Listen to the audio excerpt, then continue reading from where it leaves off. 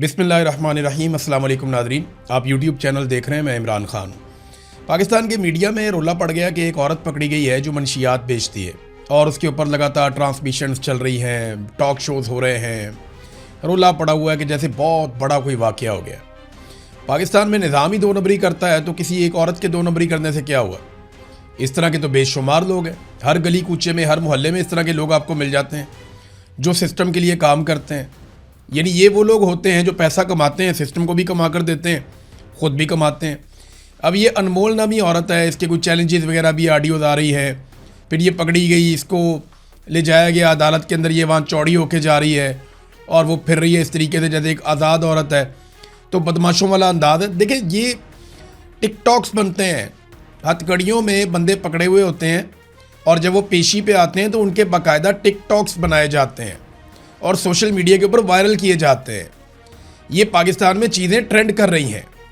Retire police अफसरान बैठ के बदमाशों के किस्से सुनाते हैं और उससे वो यूट्यूब के ऊपर अपने चैनल चला रहे हैं। ये रिटायर पुलिस अफसरान हैं, वो उनकी दिलेरी के वाक़यात बता रहे होते हैं बदमाशों की, जो जराइम पेशा लोग हैं उनकी, कि जनाब वो बड़ा दलेर था, वो ऐसे काबू आया, वो बड़ा बहादुर था। तो नौजवानों को आप क्या सिखाना चाहते हैं?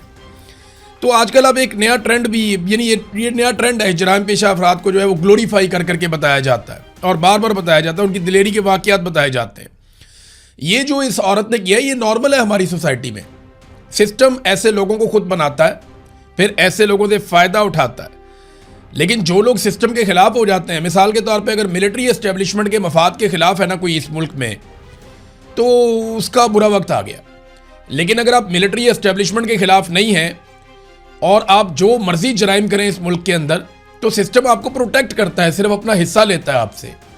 पाकिस्तान में लाकानूनियत और दो नंबरी ऐसे ही तो नहीं। ब्यूरोक्रेट्स के बच्चे जो हैं वो पूरी दुनिया के महंगे तरीन स्कूलों में रहते हैं, पढ़ते हैं, यूनिवर्सिटियों में पढ़ते हैं। यहाँ पे प्राइवेटली किसी बच्चे को पढ़ाना मुमकिन ही नहीं है। पाकिस्तान से बच्चे आकर जो यहाँ पे दाखिले ले लेते हैं ना, बड़े बड़े लोगों के, जर्नैलों के बच्चे आ जाते हैं, ब्यूरोक्रेट्स के बच्चे आ जाते हैं, वो आकर यहाँ पे दाखिले ले लेते हैं। जिन कॉलेजेस में, यूनिवर्सिटीज़ में मैंने यहाँ पता करवाया, या तो बहुत पैसा लगता है। तो इतना पैसा तो ये कमा नहीं सकते 10 साल में जितना इनका बच्चा 1 साल में यहाँ पे खर्च देता है। और बेशुमार जो है वो सिस्टम के अंदर लोग ऐसे ही काम करते हैं। अभी इस्लामाबाद वाले स्कैंडल में ब्यूरोक्रेट्स के पैसे फंसे हुए हैं, सरकारी अफसरान का पैसा फंसा हुआ है, करोड़ों रुपये एक एक बंदे ने लगा दिया। अब वो करोड़ों रुपया उसके पास आया कहाँ से, ये सवाल कोई नहीं पूछेगा। तो अगर आप यास्मीन राशिद हैं ना, या आप मारंग बलोच हैं, या आप ईमान मज़ारी हैं, या आप सनम जावेद या उनकी बहन है, या आलिया हमजा है, या तैयबा राजा हैं आप, तो आपको जलील और रुस्वा किया जाएगा। लेकिन अगर आप अनमोल पिंकी हैं तो फिर आपके लिए ये सहूलत मैसर रहेगी। बहरहाल मीडिया ने ज़ोर दूर लगा के इस औरत के लिए मुश्किलात पैदा की हैं, लेकिन 2-4 दिन, इससे ज़्यादा कुछ नहीं होगा। चीज़ें नॉर्मलाइज हो जाएंगी जैसे माजी में होती रही हैं। आपको याद है एक नौजवान शाहजेब को कत्ल किया गया था, शाहरुख जतोई ने कत्ल किया था सिंध में। उस केस का क्या बना? कुछ भी नहीं हुआ। वो बड़े प्रोटोकॉलों के साथ वो बंदा रहा। वो कभी जेल में होता था, कभी बाहर होता था, कभी वीवीआईपी होता था, फिर वो चला गया छूट के। नादरीन, सुहेल अफरीदी साहब ने हुकूमत को एक अल्टीमेटम दिया है। देखिए, सुहेल अफरीदी की बड़ी ऑकवर्ड सिचुएशन है। लोग अब उनसे बड़े सख्त सवालात करते हैं, लोग उनके गले पड़ते हैं, उनको पूछते हैं जनाब बताओ इमरान खान बाहर कब आएगा? आपने तो बहुत बड़े बड़े दावे किए थे। अब सुहेल अफरीदी ये कहते हैं कि फैसला तो पार्टी ने करना है, मैंने तो उस पर अमल दरामद करना है, और वो ये सारा कुछ बर्दाश्त भी करते हैं।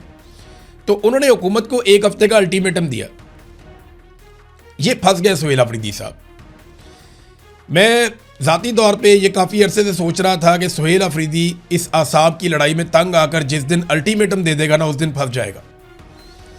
क्योंकि जब आप अल्टीमेटम दे देते हैं ना कि 1 हफ्ते के अंदर अगर आपने ये काम ना किया तो फिर मैं ये कर दूंगा, वहाँ आप फंस जाते हैं। और यही काम जब प्रेशर पड़ा था तो अली अमीन गंडापुर ने भी कर दिया था। अब 1 हफ्ते के बाद सुहेल अफरीदी साहब से ये सवाल किया जाएगा, जनाब जो आपने अल्टीमेटम दिया वो टाइम पूरा हो गया, बताएं आपने क्या एक्शन लिया। वो लोग भी सवालात करेंगे जिन्होंने सड़क पे नहीं आना, और कई लोगों का तो बनता भी नहीं है बेचारों का सड़क पे आना। मुराद सही तो नहीं निकल के आ सकते सड़क पे। कुछ और लोग भी हैं जिनके ऊपर मुकदमात हैं बड़े खौफनाक, या जिनको ऐसा लगता है कि सिस्टम कत्ल ही कर देगा। हाँ, अगर सारा पाकिस्तान निकला है फिर तो सभी निकल आएंगे, फिर तो इमरान खान भी जेल से बाहर आ जाएगा। बहरहाल सुहेल अफरीदी ने एहतजाजी धरना खत्म करते हुए हुकूमत को 1 हफ्ते का अल्टीमेटम दिया। इमरान खान साहब की फैमिली की दोबारा मुलाकात नहीं करवाई गई और उन्होंने कहा कि आज भी इमरान खान साहब से ना फैमिली की मुलाकात करवाई गई, ना पार्लियामेंटेरियंस की और ना ज़ाती डॉक्टरों को मिलवाया गया। सूबे के चीफ एग्जीक्यूटिव की आमद के बावजूद रुकावटें खड़ी की गई और पार्टी रहनुमाओं के साथ बदतमीजी की गई। वज़ीर आला ने कहा कि इमरान खान साहब की सेहत खसूसन आंखों के मसले पर शदीद तशवीश है, लेकिन हुकूमत इलाज और अस्पताल मुंतकली की इजाज़त नहीं दे रही। इमरान खान को फौरी तौर पर फैमिली और ज़ाती डॉक्टर्स की निगरानी में अस्पताल मुंतकिल किया जाए। अगर सूरत हाल ना बदली तो आइंदा मंगल को ज़्यादा सख्त रवैये के साथ दोबारा अडियाला जेल पहुंचेंगे। देखें, ज़्यादा सख्त रवैया क्या होगा? क्या इसकी इंटेंसिटी बढ़ती जाएगी? एक वक्त आएगा हुकूमत ताकत के बलबूते पर रोकने की कोशिश करेगी, फिर आपको लाखों लोग लेकर आने पड़ेंगे, जो अभी तक हो नहीं पाया। और पिछली मरतबा अली अमीन गंडापुर 2 मरतबा निकल गए वापस लोगों को छोड़कर। सुहेल आफरीदी के लिए ये बहुत मुश्किल होगा कि वो अली अमीन गंडापुर वाला एटीट्यूड अपनाए, इसलिए उनकी ये कोशिश होगी कि उनको ना जाना पड़े और उनके जाए बगैर काम हो जाए। लेकिन अगर उन्हें जाना पड़ गया तो इस मरतबा सूरत हाल कुछ और निकलेगी। नादरीन, गिलगित बल्तिस्तान में काजी फायज ईसा की यादें ताज़ा होगी। देखिए, जब जब कोई जुल्म करेगा ना पाकिस्तान में, नाइंसाफ़ी करेगा, जब जब कोई ज़्यादती करेगा, तो देखें काजी फायज ईसा की कैसी किस्मत है कि लोग काजी फायज ईसा को याद करेंगे और उसको बद्दुआएं देंगे। कैसी बात है।